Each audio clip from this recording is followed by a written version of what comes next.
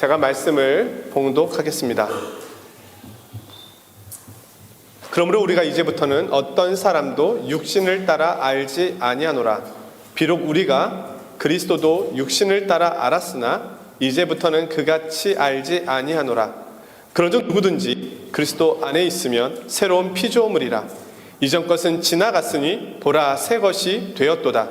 모든 것이 하나님께로서 났으며 그가 그리스도로 말미암아 우리를 자기와 화목하게 하시고 또 우리에게 화목하게 하는 직분을 주셨으니 곧 하나님께서 그리스도 안에 계시사 세상을 자기와 화목하게 하시며 그들의 죄를 그들에게 돌리지 아니하시고 화목하게 하는 말씀을 우리에게 부탁하셨느니라.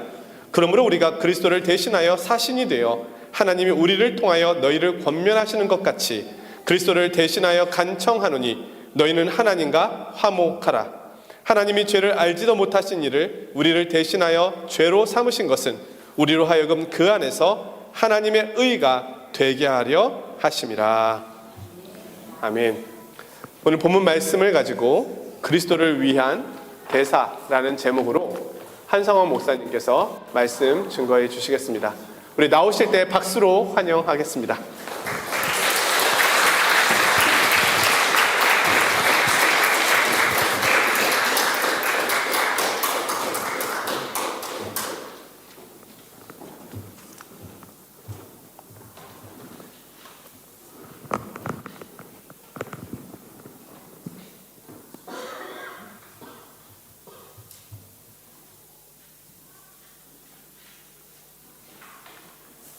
어제 찬양 집회에서의 그 감동과 은혜가 아직도 저한테는 이렇게 넘쳐 흐르는 것 같아요.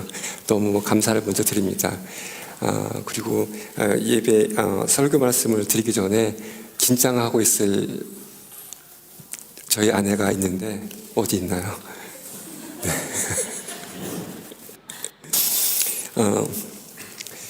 프랑스에서 오래 사시다 보면 그런 말들을 자주 하잖아요. 늘지 않는 불어, 잊혀져가는 한국어. 저도 마찬가지입니다. 그래서 프랑스 교회에서 사역은 하고 있지만 불어로 설교를 할 때 프랑스 성도님들이 집중해서 들어야 되는 거거든요. 그렇지 않으면 제가 가지고 있는 악성이나 이 발음 때문에 힘들어하세요. 근데 또 한국어 설교를 제가 해본 적이 별로 없어서 1년에 한 번이나 하는 정도 같아요. 그래서 한국어로 설교를 하다 보면 또 한국 분들한테 또 양해를 구해야 되는 경우가 종종 생깁니다. 그래서 집중해서 들으셔야 될 겁니다. 그렇지 않으면 또 무슨 내용으로 얘기를 하는지 모를 경우가 좀 있어요. 그래서 긴장하시기 바랍니다.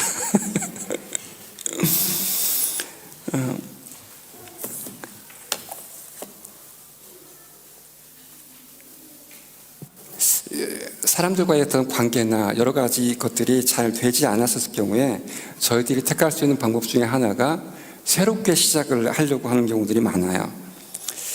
그런데 저희들도 잘 아시다시피 새롭게 시작하는 것이 환경을 바꾸는 것이 저희들에게 좋은 어떤 행복감을 가져다 주는 것은 아니에요.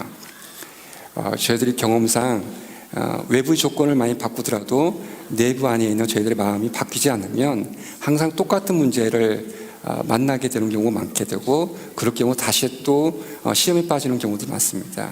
그래서 저희들이 가끔씩 직장도 바꿔보기도 하고 학교도 바꿔보기도 하고 또 마을도 바꿔보기도 하고 또 심지어는 또 나라를 바꾸기도 하잖아요. 하지만 저희들의 마음이 변하지 않게 되면 늘 같은 문제로 고민을 하게 됩니다. 그런데 이러한 바꾸는 것들에 대해서 사실은 하나님께서도 외부의 조건들을 많이 바꾸셨어요. 예를 든다면 아담과 하와가 에덴 동산에 있었지만 죄로 인해서 하나님과 같이 할 수 없어서 하나님께서 그들을 밖으로 내보내게 됩니다. 그래서 외부의 조건을 한번 바꾸셨어요. 하지만 또 사람이 계속 또 죄를 범해요. 그래서 바벨탑 사건 이후에 또 하나님께서도 또 상황을 바꾸게 됩니다. 하지만 또 인간이 또 악한 마음을 또 계속 가지게 되죠. 출애굽해서 또 이스라엘 백성들을 향해서 하나님께서 또 외부의 조건을 여러분도 바꾸게 되죠. 종된 자로서 자유자로서 또 그리고 광야에서 또 가나안 그 약속의 땅으로, 또 약속의 땅 안에서도 사서의 시대를 지나서 통일 왕국, 또 분열 왕국, 또 결국은 외부 세력에 의해서 점령당하는 그런 외부 조건들 많이 바꾸게 돼요. 하지만 이스라엘 백성은 또 여전히 완악한 마음으로 하나님께 죄를 범하게 됩니다. 그래서 결국은 하나님께서 이사야의 말씀을 통해서 최종적으로 하나님께서 생각하시는 외부의 조건의 모습을 보여주십니다. 그 말씀이 뭐냐면 이사야서 61장에 보게 되면 새 하늘과 새 땅을 내가 만들겠다라고 말씀을 하세요. 그런 것처럼, 그리고 이 새 하늘과 새 땅에 대한 이 약속의 말씀이 또 저희들이 요한계시록을 보게 되면 또 내가 보았노니 새 하늘과 새 땅이고 또 이전 것은 지나갔다라고 이렇게 말씀하세요. 그렇다면 하나님의 최종적인 구속의 사역의 지점이 새하늘과 새 땅입니다. 저희들이 마지막으로 거쳐야 해야 될 곳이 새하늘과 새 땅이에요. 삼위일체이신 하나님께서 최종적으로 하시는 사역의 결말이 새하늘과 새 땅입니다. 그런데 저를 비롯해서 많은 크리스찬들이 이 새하늘과 새 땅에 대한 것을 단지 이론적인 것으로만 생각을 하는 경우가 많아요. 저의 삶의 가운데서 그것을 어떤 믿음이었던 하나의 어떤 형태로서 살아가는 것이 사실 쉽지는 않습니다. 그래서 오늘은 여러분들과 함께 새하늘과 새 땅에 대한 약간의 어떤 불신적인 어떤 그런 마음들을 고치고 또 그 믿음을 좀 강화시킬 수 있는 방법으로서 예수 그리스도께서 행하셨던 새 창조에 관련된 것을 여러분들과 나누고자 합니다. 사실 새 창조는 두 번에 걸쳐서 이루어지게 되는데, 한 번은 예수 그리스도의 부활을 통해서 이루어지게 되고, 또 마지막은 또 예수 그리스도의 재림을 통해서 이루어지게 됩니다. 근데 오늘은 재림 얘기보다는 먼저 하나님께서 예수 그리스도를 통해서 있었던 새 창조에 대해서 저희들도 이미 경험했던 그것에 대해서 얘기를 나누고자 합니다.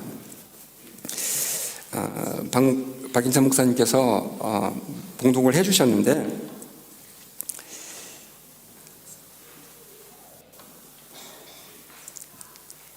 16절에 보게 되면, 그러므로 우리는 이제부터는 아무도 육신의 잣대로 알려고 하지 않습니다. 전에는 우리가 육신의 잣대로 그리스도를 알았지만 이제는 그렇지 않습니다 라고 되어 있습니다. 우선 16절에 나오는 두 부사가 있어요. 지금, 그리고 이제부터는. 이 두 단어에 대해서 주목할 필요가 있는데, 이 두 단어는 새로운 것들에 대해서 얘기를 하기 이전에 사용되어지는 부사입니다. 그렇다면 그 이전에 어떤 것으로부터 새로워졌는지에 대해서 얘기를 살펴볼 필요가 있는데, 사도 바울은 15절에서 그 기준점을 분명히 제시하고 있습니다. 그것은 바로 예수 그리스도의 죽음과 부활입니다. 예수님의 죽음과 부활을 통해서 예수님은 세상의 상태를 근본적으로 바꾸셨습니다. 그분으로 말미암아서 모든 죄인이 하나님께 진심으로 돌아와서 하나님을 위해서 살아갈 수 있는 그 길을 여셨습니다. 하지만 그분이 가져오는 그 새로움의 혜택을 누구나 다 자동적으로 기계적으로 경험을 할 수 있는 것은 아니에요. 16절에서 바울은 이전 것을 버려야 하지만이 새로운 것을 경험할 수 있다라고 얘기를 합니다. 그렇다면 버려야 할 이전 것은 무엇일까요? 16절에서 사도 바울은 이렇게 얘기를 합니다.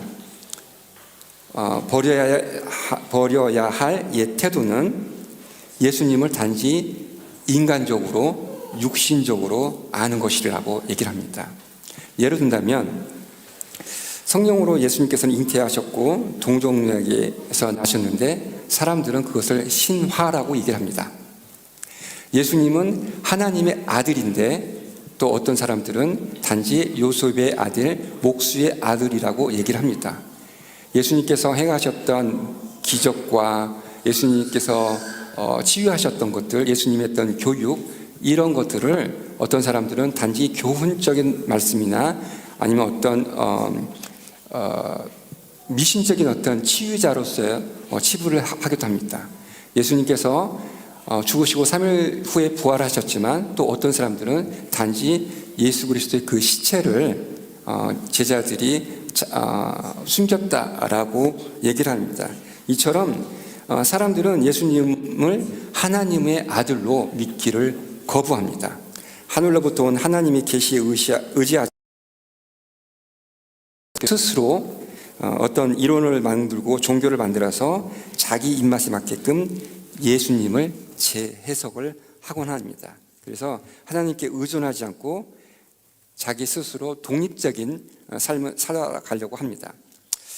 이런 태도는 사실은 저희들이 공중의 권세 잡은 자들한테 묶여져 살았을 때 가졌었던 그런 생각의 태도들인데, 이런 태도를 사실은 교회 안에서도 쉽게 찾아볼 수가 있습니다. 참 불행스러운 일 중에 한 가지인데, 예를 든다면 고린도 교회에서도 보면 몇 가지 그런 태도들을 저희들이 살펴볼 수가 있습니다. 예를 든다면 몸과 영혼을 분리해서, 영혼이 구속되었기 때문에, 영혼은 이미 구원받았기 때문에 자기 몸을 마음대로 사용해도 된다라는 식의 것으로 자유방임적인 어떤 생활을 하는 사람들이 있었습니다. 교회 안에서. 또 그 반대로 몸을 성결케 함으로써 영혼을 깨끗하게 할 수 있다라고 하는 것처럼 그런 어떤 율법주의자들이 또한 있었습니다. 그런데 오늘날 이런 두 가지 부류에 비춰서 또 다른 사람들을 찾을 수 있는데, 예를 든다면 자유주의 신학을 믿는 사람들, 또 그러면 또 번영 신학이나 또 요즘 들어와서는 하나님을 굳이 쫓지 않더라도 사람의 행복과 자기의 어떤 이익만을 추구하는 것을 자기 신앙의 목표로 하는 사람들이 점점 더 늘어가고 있는 것 같습니다. 이런 사람들을 향해서 사도 바울은 하나님께 돌아오라고 선포하고 있습니다. 하나님께서 주시는 새로움 속으로 즉시 돌아오라고 초청을 하고 있습니다. 우리를 새 생명으로 부르시는 예수님께 시선을 돌리라고 얘기를 하고 있습니다. 17절에서 바울은 이렇게 선언을 합니다. 누구든지 그리스도 안에 있으면 새로운 피조물이라, 이전 것은 지나갔을 때 보라 새 것이 되었도다. 우리가 하나님의 새로움을 온전히 누리기 위해서는 먼저 그리스도 안에 있어야 됩니다. 그분과 연합해야, 스스로 우리가 새로워지지 않는다면 하나님께서 예비하신 그 새로운 삶의 기쁨을 누릴 수가 없습니다. 이 예수 그리스도와 연합하는 것에 대해서 사도 바울은 18절과 19절에 다른 표현을 사용해서 설명하고 있는데, 그것은 하나님과의 화해입니다. 헤콩실리아숑, 화해입니다. 화해가 무엇일까? 성경 대사전은 이렇게 정의를 하고 있습니다. 화해라고 하는 것은 깨진 관계가 다시 회복되어지는 것이라고 얘기를 하게 됩니다. 이 회복의 과정 가운데 용서가 동반이 되어지는 건데, 이 회복되어져 깨진 관계 속에서 보게 되면 가해자가 있게 되고 피해자가 있게 됩니다. 그러면 이 둘 사이에서의 용서가 있게 되는데, 하나님과 인간들 사이에서의 가해자가 누구였고 또 피해자가 누구일까를 생각해 볼 필요가 있습니다. 피해자는 하나님이십니다. 왜냐하면 인간이 죄를 범해서 하나님과 함께 할 수 없게 되고 인간이 도망치게 되게 됩니다. 그래서 죄를 범한 인간이 하나님 앞에 영원히 설 수가 없는 그런 존재가 되어버린 것이죠. 그래서 이런 거리감이 생기게 되는데, 둘 사이에서 어떻게 하면 화해가 있을 수 있을까? 아내가 제가 늘 이런 예를 들을 때마다 좀 싫어하긴 하는데 가장 좋은 예인 것 같아요.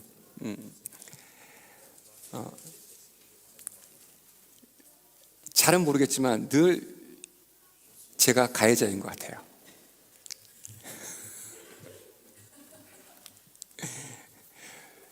그 이유는 잘 모르겠지만 잘못을 저지르는 쪽이 늘 저인 것 같아요.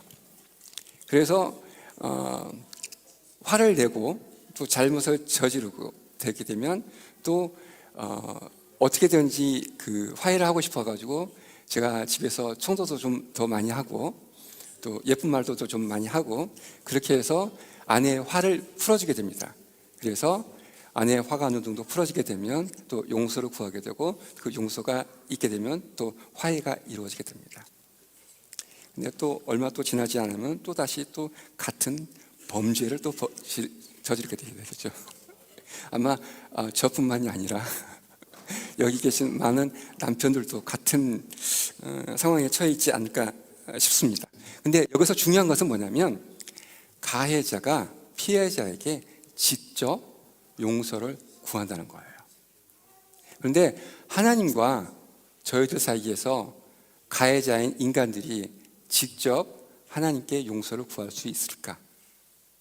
하나님은 영원히 거룩하신 분이고 인간은 죄로 인해서 영원히 범죄에 청하자들이 되잖아요. 그래서 이 둘 사이에서 직접적인 만남이 이루어질 수가 없습니다. 그래서 중보자가 필요하게 된데 사람은 중보자가 될 수가 없습니다. 왜냐하면 태어나면서부터 죄인이니까. 그래서 하나님께서 하나님의 성품을 가지고 있고 인간의 성품을 가진 자신의 아들을 직접 보내주셔서 이분을 통해서 저희들이 하나님과 화해할 수 있는 그 시간을 만들어 주셨습니다. 그분을 저희들에게 보내주셨습니다. 그래서 그분을 만나게 되면 저희들이 하나님과 화해하게 되고 또 하나님과 화해를 통해서 하나님 앞에 나아갈 수 있는데 여기서 중요한 것은 세상은 변하지 않았지만 저희들의 마음이 변했기에 이 세상을 새롭게 바라볼 수가 있게 됩니다. 전에는 그렇게 모질기에 경멸스럽게 악한 마음으로 바라봤던 그 세상이 지금은 사랑과 또 긍휼이 넘치는 그 눈으로 세상을 바라볼 수 있게 됩니다. 그 전에는 저희들이 어떤 삶의 의미를 찾지 못했었지만 하나님께서 저희 안에 들어오심으로 말미암아 저희들이 새로움을 가지고 세상을 바라볼 수 있게 됐습니다. 그래서 이러한 세상에 대해서 새로움을 가지고 바라보게 되다 보면 새 하늘과 새 창조에 대한 그 마음을 더 에스페랑스를 더 가질 수 있게 됩니다. 그래서 요한계시록에서 요한이 고백했던 것처럼 말 하나 다 주 예수 그리스도여 어서 오십시오라는 그런 고백들을 저희들이 할 수 있게 되는 것입니다. 그래서 이 새 창조에 대한 저희들의 마음이 더욱더 새로워지게 되는데 이 새 창조라고 하는 것 자체가 사실은 구창조, 첫 창조에 대한 의미를 가졌을 때만이 새 창조에 대한 의미를 저희들이 찾을 수가 있게 되는데요. 첫 창조에 대해서 저희들이 한번 살펴볼 필요가 있습니다. 첫 창조는 하나님께서 저희들을 하나님의 형상으로 창조를 하셨고 그때 창조하시면서 세 가지의 사명을 주십니다. 첫 번째 소명은 번역하고 번성하라라고 하는 것을 주게 되고 그때 이 번성이라고 하는 의미는 죄를 범하기 이전에 하나님의 형상으로 지어진 아담과 하와에게 주어진 소명입니다. 그리고 두 번째로 주어진 소명은 에덴 동산 안에서 경작하고 잘 지키라고 되어 있습니다. 그래서 하나님의 성전 안에서의 섬김을 의미하고요. 그리고 이러한 섬김이 지속적으로 주어지기 위해서 너희들은 선악과를 먹지 말라고 합니다. 그래서 하나님의 양식에 대한 끊임없는 어떤 믿음을 하나님께서는 요구를 하고 계십니다. 그래서 이 세 가지의 창조적인 소명을 하나님께서는 허락을 하셨습니다. 그런데 죄로 말미암아서 아담과 하와가 밖으로 쫓김을 당하게 되죠. 그럼 여기에서 하나님께서 주신 이 세 가지의 소명이 사라졌느냐? 예수님께서 오셔서 저희들에게 관계를 회복시켜 주셨으면 이 세 가지 사명에 대해서는 어떻게 다시 회복이 되어질 수 있을까를 생각해 볼 필요가 있습니다. 사실은 예수 그리스도의 사역을 가장 근본적으로 본질적으로 알 수 있는 그런 질문이기도 합니다. 사도 바울은 저희들 본문 가운데서 예수님을 통해서 하나님과의 관계가 회복되어진 사람들을 그리스도의 대사라고 얘기를 하고 있습니다. 첫 창조에서는 사람을 하나님의 형상이라고 얘기를 하고, 두 번째 예수 그리스도의 부활을 통한 새 창조에서는 저희들을 그리스도의 대사라고 얘기를 합니다. 하나님의 형상과 그리스도 대사, 이 두 가지에는 공통점이 있습니다. 그 공통점은 무엇이냐면 하나님을, 예수님을 대표한다는 것입니다. 형상이 의미를 가질 수 있는 것은 원본이 있었을 때 의미를 가질 수 있는 것이고, 대사가 의미를 가질 수 있는 것은 보낸 자가 있기 때문에 의미를 가질 수 있는 것입니다. 그래서 하나님의 형상과 그리스도의 대사는 같은 말입니다. 예수 그리스도 안에서 하나님과의 관계에 회복되어진 자들은 하나님을 대표하는 자, 그리스도를 대표하는 자가 됩니다. 그리스도를 대표하는 자로서 사도 바울은 여기서 동일하게 세 가지의 직분을 얘기합니다. 첫 번째로 그리스도의 화해의 직분을 가졌다라고 얘기합니다. 화해의 직분은 즉 다시 말해서 구원을 선포하는 자들이 되게 됩니다. 그리스도 대사가 해야 될 일은 구원을 선포하는 것이고, 그 구원이 선포되어지게 되다 보면 하나님의 나라가 확장이 되어지기 때문입니다. 그래서 하나님께서 주셨던 첫 번째 소명과 사도 바울이 얘기하는 그리스도의 대사로서의 첫 번째 소명이 같다라고 하는 것을 저희들이 알 수 있습니다. 에덴 동산에서 하나님께서 주셨던 섬김의 직분이 그리스도의 대사를 통해서 저희들도 섬기게 되게 되는데,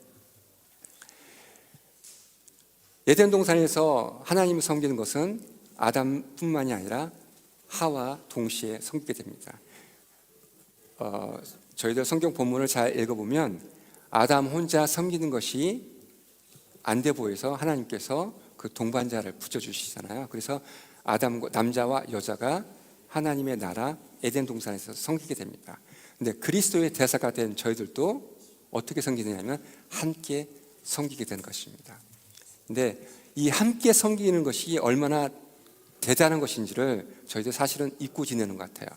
그래서 여러분들에게 지금 제가 얼마나 그 대단한 것인지를 좀 더 보여드리기 위해서 여러분들에게 한 가지 제스처를 제가 부탁을 드리는데 함께 해주셨으면 고맙겠습니다. 구약 시대에서 보게 되면 하나님의 성전 안에 여자는 들어갈 수가 없습니다. 어린아이는 들어갈 수가 없었습니다. 그래서 지금 여자분과 어린아이는 일어나 주시기 바랍니다. 구약의 율법에 따르게 되면 여자와 어린아이는 성전 안에 들어갈 수가 없습니다. 그래서 바깥쪽으로 나가주세요. 벽 쪽으로. 여자는 하나님의 성전 안에 들어올 수가 없었습니다. 나가주세요.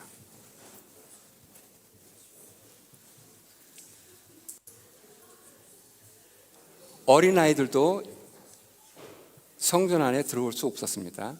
나가주세요. 그리고 구약의 율법을 보게 되면 남자들 가운데서 25 이하와 55세 이상은 성전 안에 들어갈 수가 없습니다. 그래서 25 이하와 55세 이상은 일어나 주세요. 그래서 나가 주세요.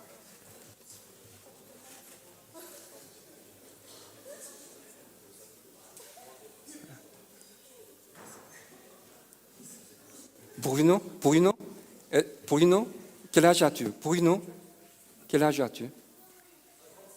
55. Voilà. Tu peux rester. Tu as le doigt.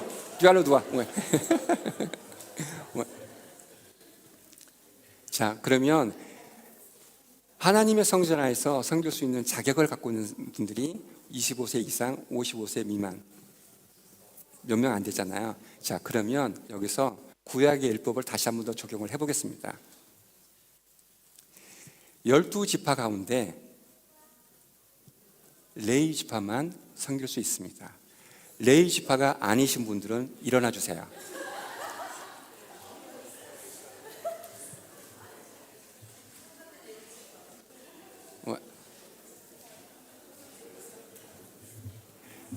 나가주시기 바랍니다.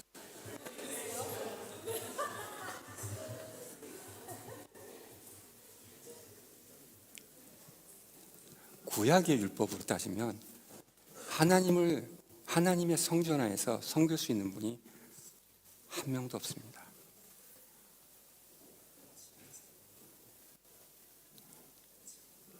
예수님께서 자신의 죽음과 자신의 부활로 인해서 우리를 하나 되게 하셨고, 우리 모두가 함께 하나님 한 분을 섬길 수 있는 권리를 주셨습니다.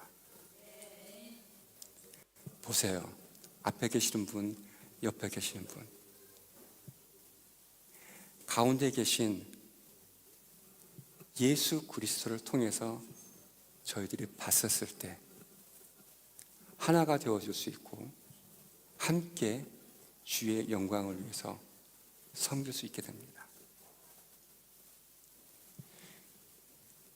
자유자나 종된 자나 가난한 자나 부한 자나 여자나 남자나 오직 예수 그리스도 안에서 하나일지니라. 아멘.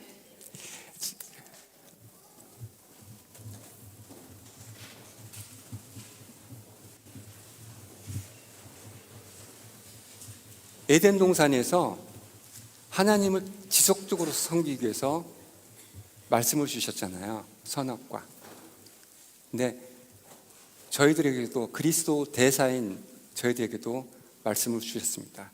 이 말씀, 화해의 말씀은 인간적으로 격려하거나 또 부와 번영을 쫓는 사람들에게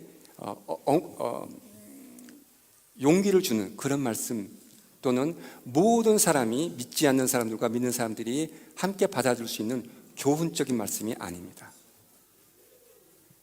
그리스도의 대사들에게 준 화해의 말씀을 20장 20절과 21절에 이렇게 바울은 설명하고 있습니다.